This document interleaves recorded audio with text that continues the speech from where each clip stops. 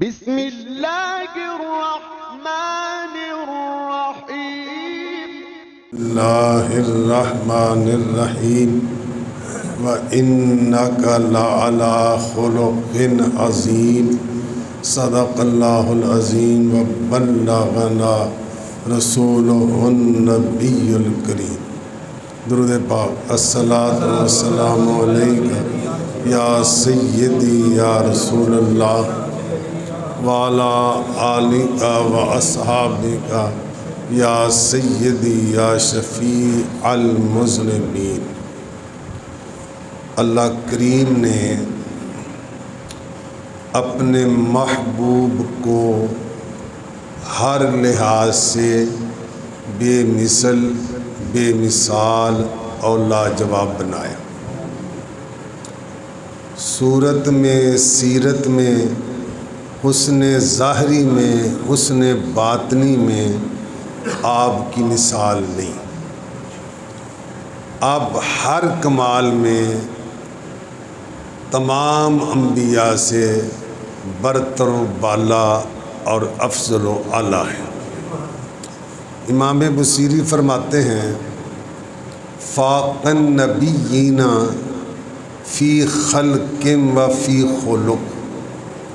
خلق کا معنی صورت ہوتا ہے اور خلق کا معنی سیرت۔ خلق کا معنی صورت اور خلق کا معنی سیرت۔ فاق النبیین فی خلق و فی خلق۔ آپ خلق میں، خلق میں، صورت میں، سیرت میں، حسن ظاہری میں، حسن باطنی میں تمام انبیاء سے بالا ہے۔ وَلَمْ يُدَانُوهُ فِي عِلْمٍ وَلَا كَرَمٍ۔ علم میں، بخشش میں کوئی آپ کا ہم پلہ اور آپ کا برابر نہیں ہے۔ اللہ نے فرمایا وَإِنَّكَ لَعَلَىٰ خُلُقٍ عَظِيمٍ۔ اے محبوب، آپ خلق عظیم پر ہیں۔ تو خلق زندگی کے تمام پہلوؤں کا حاوی ہوتا ہے۔ عام طور پر جو خلق کا مفہوم ہے نا، وہ اچھا بولنا، اچھا کلام کرنا، کسی سے پیار سے گفتگو کرنا، مگر یہ زندگی کے ہر پہلو کو شامل ہے۔ تو اللہ نے اپنے محبوب کی سیرت کو ہر لحاظ سے عظیم بنایا۔ ابتدا میں حضور خفیہ چھپ کر تبلیغ کرتے تھے۔ جب اللہ کا حکم ہوا فاصدع بما تؤمر، اے محبوب جس چیز کا آپ کو حکم دیا گیا ہے اعلانیہ بیان کر۔ وَأَنذِرْ عَشِيرَتَكَ الْأَقْرَبِينَ، اور اپنے قریبی رشتہ داروں کو ڈرائیں۔ تو آپ صفا پہاڑی پر چڑھے۔ اس زمانے کے قاعدے کے مطابق، طریقے کے مطابق آپ نے قبیلوں کا نام لے لے کر بلایا۔ سارے قبیلے، سارے لوگ جمع ہو گئے۔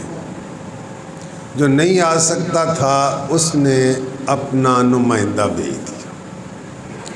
جب سارے اکٹھے ہو گئے تو حضور صلی اللہ علیہ وسلم نے فرمایا کہ اگر میں یہ کہوں کہ اس پہاڑی کے پیچھے سے دشمن آ کے تم کو ہلاک کر دے گا، کیا تم میری بات کا یقین کر لو گے؟ سب بیک زبان بولے۔ آپ کا بچپن ہم میں گزرا، لڑکپن ہم میں گزرا، جوانی ہم نے دیکھی ہے، آپ کی کتاب زندگی کا ہر ورق ہمارے سامنے ہے۔ ما جربنا علیک الا صدقا، ہم نے کبھی آپ کی زبان سے سچ کے علاوہ سنا ہی نہیں۔ وہ کہنے لگے اگرچہ لشکر کے کوئی آثار نہیں ہیں، لشکر کے نشانات نہیں ہیں، مگر آپ کہیں گے تو ہم مان لیں گے، اس لیے کہ ہماری نگاہوں کو دھوکہ ہو سکتا ہے، آپ کی زبان سے غلط بات نہیں نکل سکتی۔ الفضل ما شاہدت بہ العادہ، کمال وہ ہوتا ہے جس کو دشمن بھی مانے، اپنے تو مانتے ہیں بلکہ بڑھ چڑھ کر بیان کرتے ہیں۔ الفضل ما شاہدت بہ العادہ، تو جب آپ نے ان سے اپنی صداقت کا اقرار کرایا، قرآن کہتا ہے آپ نے فرمایا فقد لبثت فیکم عمرا من قبلہ افلا تعقلون، میں نے تم میں زندگی کا ایک حصہ گزارا ہے اس نبوت کا اعلان کرنے سے پہلے، افلا تعقلون، تمہیں عقل ہی نہیں آئی کہ جو شخص انسانوں کے بارے میں غلط بیانی نہیں کر سکتا وہ خدا کے بارے میں کیسے غلط بیانی کر سکتا؟ اس کے پاس وحی نہ وہ کیسے کہہ سکتا میرے پاس وحی ہے؟ تو پہلے حضور نے اپنا آپ منوایا، پھر اپنی بات کی، پہلے اپنا آپ منوایا۔ میں بھی بعض دوستوں سے کہتا ہوں کہ اگر تسی مسئلہ اپنا منوانا ہے تو پہلے اپنا آپ منواؤ، تو حضور نے پہلے اپنا آپ منوایا پھر تبلیغ شروع فرمائی۔ تو آپ کی صداقت کا کافر بھی اقرار کرتے تھے۔ تیری صورت تیری سیرت زمانے سے نرالی ہے یا رسول اللہ، تیری صورت تیری سیرت زمانے سے نرالی ہے، تیری ہر ادا پیارے دلیل بے۔ تو حضور کی سیرت ہم سنتے ہیں، لیکن سن کر ہمیں اپنے کردار کا بھی جائزہ لینا چاہیے کہ ہم کہاں تک سچ بولتے ہیں۔ حضور علیہ السلام نے فرمایا علیکم بالصدق، سچ کو اختیار کرو، فإن الصدق یہدی الی البر، اس لیے کہ سچ بندے کو نیکی کی طرف لے جاتا ہے، وَإِنَّ الْبِرَّ یہدی الی الجنہ، اور نیکی جنت کی طرف لے جاتی ہے۔ لا یزال الرجل یصدق ویتحری فی الصدق حتی یکتب عند اللہ صدیقا، کہ آدمی مسلسل ہم لگاتار سچ بولتا رہتا ہے اور اس میں کوشش کرتا ہے یہاں تک کہ اللہ کی بارگاہ میں لکھ دیا جاتا ہے یہ بڑا ہی سچا ہے۔ تو اس لیے ہمیں اپنی زندگی کا، اپنے اعمال کا، اپنے کردار کا بھی جائزہ لینا چاہیے کہ ہم حضور کے فرمان تک کہاں تک عمل کرتے ہیں۔ یہ ٹھیک ہے حضور کے دامن کے بغیر کوئی گزارا نہیں، مگر دامن کی کپڑے کا نام تو نہیں ہے کہ کپڑا پکڑ لیا، دامن کا مطلب ان کی کردار کو دیکھا جائے، ان کی سیرت کو دیکھا جائے، ان کے حکام کو دیکھا جائے، ان کے اعمال کو، احکام کو پس پشت ڈالا جائے، ان کی سیرت کو فراموش کر دیا جائے، ان کو حکموں کو ٹال دیا جائے، تو پھر کہا جائے کہ حضور کا دامن ہمارے ہاتھوں میں ہے۔ بڑی عجیب سی بات لگتی ہے۔ ٹھیک ہے، تو حضور کی محبت کے بغیر تو کسی کا گزارا نہیں، چارہ نہیں، مگر محبت کے تقاضے بھی ہوتے ہیں نا، محبت کی دلیل بھی ہوتی ہے۔ محبت کی دلیل یہ ہے کہ محبوب کا فرما بردار ہوتا ہے۔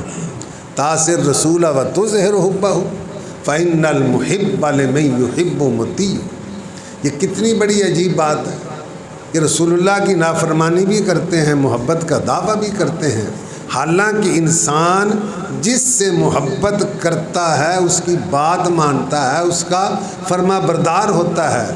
اگر بات نہیں مانتا تو دعوی محبت میں خالی جگہ آپ ہی پور کر لو، بس آپ ہی پور کر لو۔ تو اس لیے اب دیکھ رہے آپ بندے بعض مذاق میں جھوٹ بولتے ہیں اور سمجھتے ہیں یہ کوئی گناہ نہیں ہے، حالانکہ مذاق کا جھوٹ بھی جھوٹ ہوتا ہے۔ مذاق کا جھوٹ بھی، ایک عورت نے اپنے بیٹے کو بلایا، میں تجھے کچھ دیتی، اتفاق سے رسول اللہ بھی موجود تھے۔ آپ نے فرمایا کیا دے گی؟ عرض کیا حضور میں کھجور دوں گی۔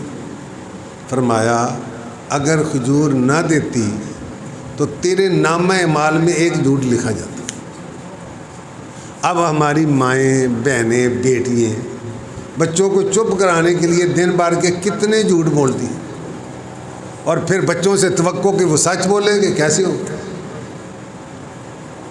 بے ادب ماں با ادب اولاد جن سکتی نہیں، معدن زر معدن فولاد بن سکتی نہیں۔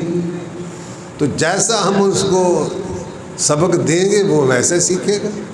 تو شروع سے ایک تو بچپن سے جھوٹ ہو گیا نا، ایک بزدل بھی بنا دیتی ہیں، کتا آ گیا، بلا آ گیا، روز ہی کرتے ہیں یار، ہمارے گھروں میں بھی ہے۔ تو اب ایک تو جھوٹ کی عادت ہوگی، بچپن سے بزدل اور ڈرپوک بنا دیتے ہیں۔ تو اس لیے زبان جو ہے نا، یہ صبح جب ہوتی ہے سارے جسم کے اعضاء اس سے پناہ مانگتے سانو بچا کے رکھے۔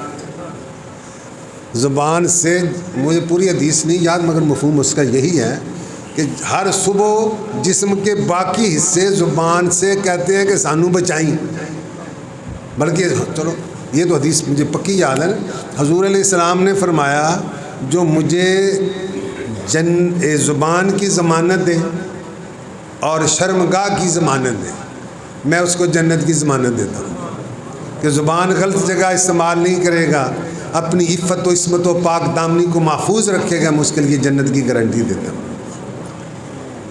مزہ خوش دلی، یہ نہیں بندہ ہر ویلے منہ وٹیا رہے، یہ بھی نہیں ہے کہ ہر ویلے بندہ منہ وٹیا رہے۔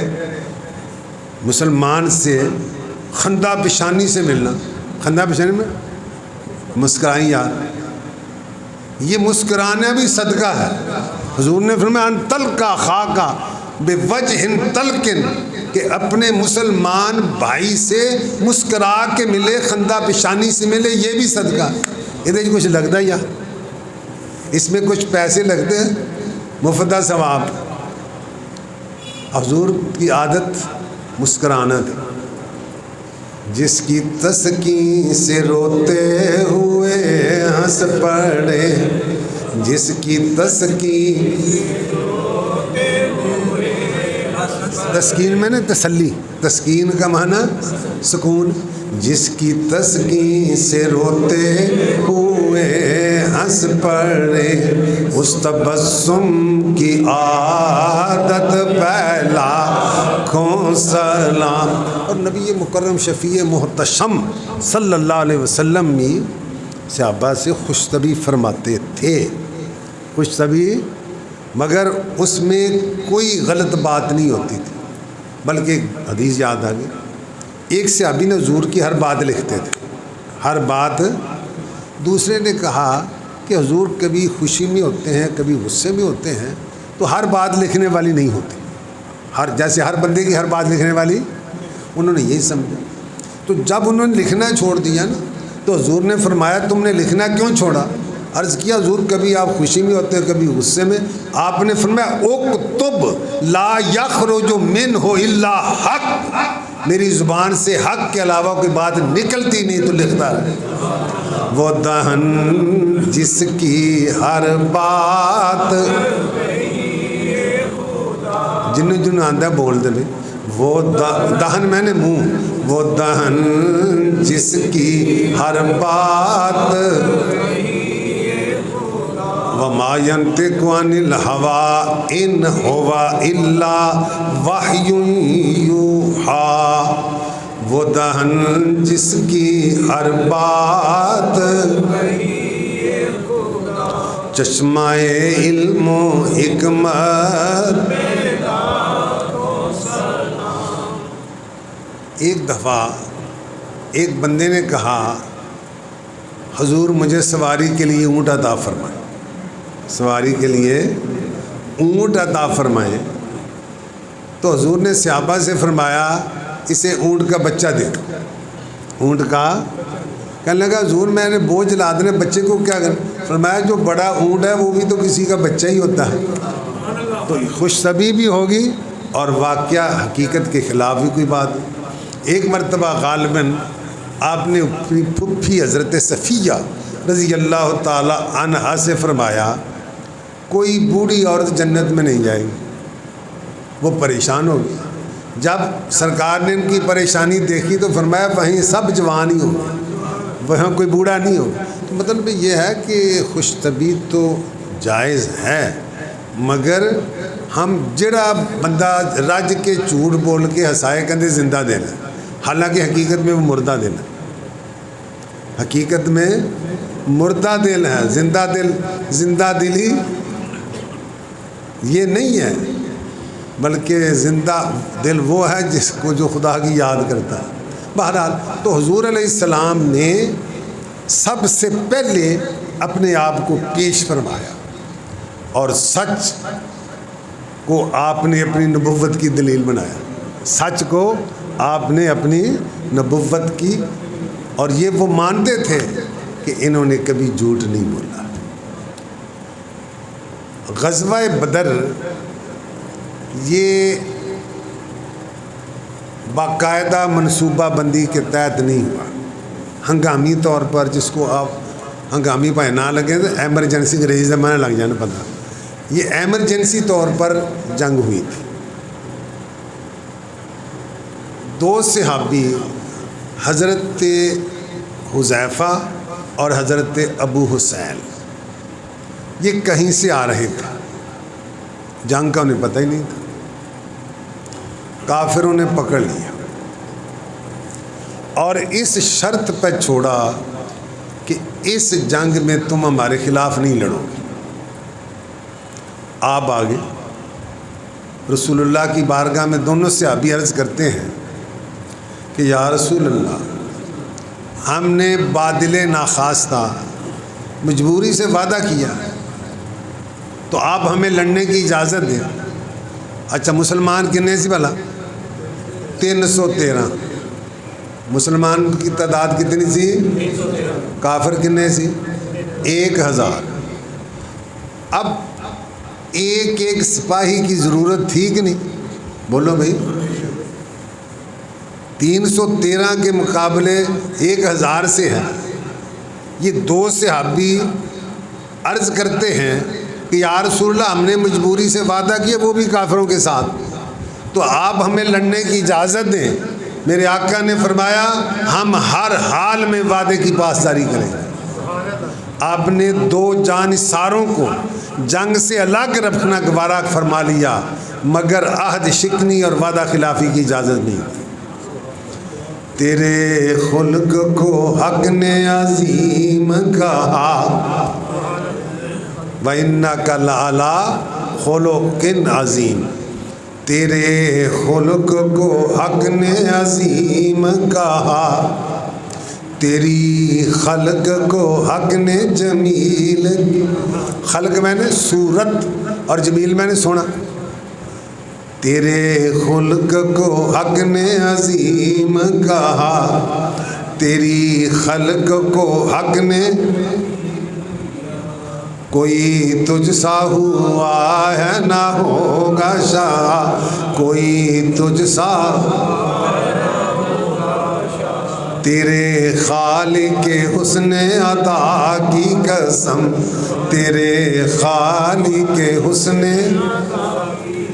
اور ہم اپنی زندگی کا جائزہ لیں, ہم کس حد تک وعدہ کی پابندی کرتے ہیں. اللہ قرآن میں فرماتا ہے وَأَوْفُوا بِالْعَهْدِ, وعدے کو پورا کرو.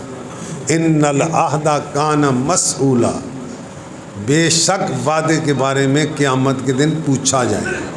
ان العہد وعدہ کان مسئولا, اس کے بارے میں تم نے وعدہ کیا, پورا کیا یا نہیں کیا. ہمارے ہاں کیا ہے, وہ وعدہ ہی کیا جو وفا ہو گیا, اور وہ قرضہ ہی کیا جو. حالانکہ قرضے کے بارے میں عموماً میں حدیث ایسے موقع پر سنا دیتا ہوں, پھر سناتا ہوں. یاد دہانی ہمارا فرض ہے, ہماری ڈیوٹی ہے.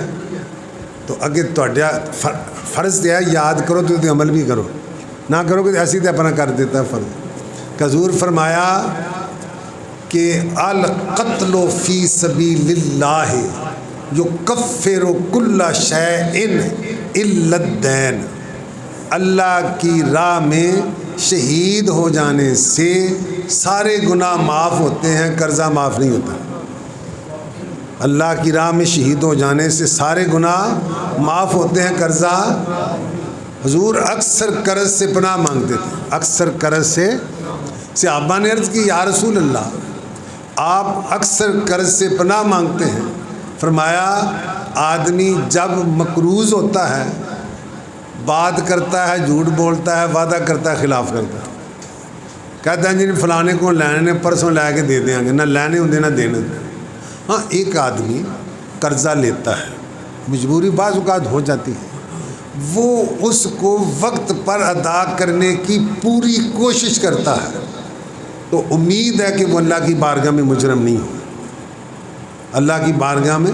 مگر ہمارے ہاں اکثر یہ ہوتا نہیں ہے، قرضہ لے کے اپنے خرچے کٹ نہیں کرتے، اپنے اللہ تللے کام نہیں کرتے، دوسرے کے پیسوں سے اپنا کام چلاتے ہیں اور قرضہ دینے کی کوشش نہیں کرتے۔ وہ اس اپنے انجام کو یاد رکھیں کہ اتنے موجاں کر لیاں مگر یہ عارضی ہے۔ کتنے مفلس ہو گئے، کتنے تونگر ہو گئے، قبر میں جب گئے تو دونوں۔ تو اس لیے حضور کی سیرت طیبہ ہمیں اپنے سامنے رکھنی چاہیے اور اس پر عمل بھی کرنا چاہیے۔ دیکھیے کافر آپ کی جان کے دشمن تھے، بولو بھائی، خون کے، مگر اس کے باوجود اپنی امانت رسول اللہ کے پاس رکھتے تھے۔ آج کل تو امانت رکھنے کا رواج میرے خیال گھٹ ود ہی ہے، کیونکہ رکھ دے ملتا امید ہی نہیں ہوتی۔ تو اس زمانے میں باقاعدہ ایک امانتی لوگ ایک دوسرے کے پاس رکھ دیتے تھے۔ تو کافر جان کے دشمن ہیں، خون کے پیاسے ہیں، مگر امانتیں پھر بھی رسول اللہ کے پاس رکھتے ہیں، کیونکہ انہیں یقین تھا کہ ہمارا باپ، ہمارا بیٹا، بھائی، کوئی عزیز ہماری امانت ضائع کر سکتا ہے، محمد اگرچہ ہمارا دشمن ہے اس کے پاس ہماری امانت محفوظ رہے۔ تیری صورت تیری سیرت زمانے سے نرالی ہے، تیری ہر ادا پیارے دلیل بے۔ اور جب آپ نے مکہ چھوڑا اور وہ حالات کیا تھے، کافر تلواریں لے کر آپ کے گھر کو گھیرے ہوئے تھے کہ حضور کب نکلیں تو یک بارگی سارے کٹھا حملہ کر دیں، مگر واللہ یعصمک کا من الناس، کہ اللہ آپ کو لوگوں سے بچانے والا ہے۔ آپ نکل کے کسی کو پتہ نہیں لگا۔ ایسے مشکل حالات میں بھی جب تک میرے آقا نے امانتوں کی واپسی کا انتظام نہیں کیا، مکہ کو نہیں چھوڑا۔ حضرت علی مرتضیٰ رضی اللہ تعالی عنہ سے فرمایا کہ تم میرے بستر پر لیٹو اور یہ جن کی امانتیں ہیں ان کو دینے کے بعد میرے پیچھے مدینہ منورہ پہنچنا۔ یہ حضور کی سیرت طیبہ ہے۔ نبی مکرم صلی اللہ علیہ وسلم کے بارے میں لقد کان لکم فی رسول اللہ اسوۃ حسنہ، تمہارے لیے رسول اللہ کی زندگی بہترین نمونہ عمل ہے، مشعل راہ ہے، مینارہ نور ہے۔ دنیا اور آخرت میں ضمانت، کامیابی کا واحد ضمانت مصطفیٰ کی سچی غلامی ہے۔ دنیا اور آخرت میں کامیابی کی ضمانت نبی علیہ السلام کی سچی غلامی ہے۔ وہ مسلمان کہاں اگلے زمانے والے، وہ حضور کے غلام تھے، دلی اور عملی طور پر اللہ نے سپر پاوروں کو ان کے قدموں میں جھکا دیا۔ وہ مسلمان کہاں اگلے زمانے والے، گردنیں کیسر و کسریٰ کی جھکانے۔ کسریٰ ایران کے بادشاہ کا لقب اور کیسر روم کا، یہ اس زمانے میں سپر پاور تھی، مگر نبی کے غلاموں کو اللہ نے ان کی فتح عطا فرمائی، اس لیے کہ وہ اللہ کی بارگاہ میں جھکتے تھے، اللہ نے کائنات کو ان کے قدموں میں جھکا دیا۔ وہ مسلمان کہاں اگلے زمانے والے. Shortcut. ابتدائی اسلام میں شراب جائز تھی اور لوگ نسل در نسل پیتے آتے تھے. اب یہاں لوگ کہتے ہیں کہ سگریٹ نہیں چھیڑتے، چھوڑ تو پی رہے ہیں. نسل در نسل پیتے تھے.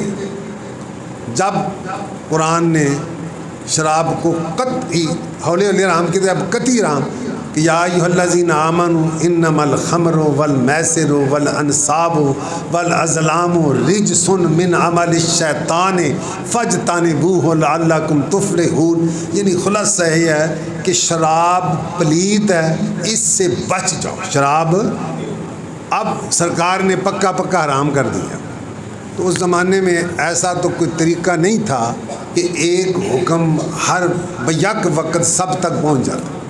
جو حضور کی مجلس میں تھے ان کو معلوم ہو گیا کہ شراب حرام ہو گئی ہے، اور جو حضور کی مجلس میں نہیں تھے انہیں نہیں معلوم تھا.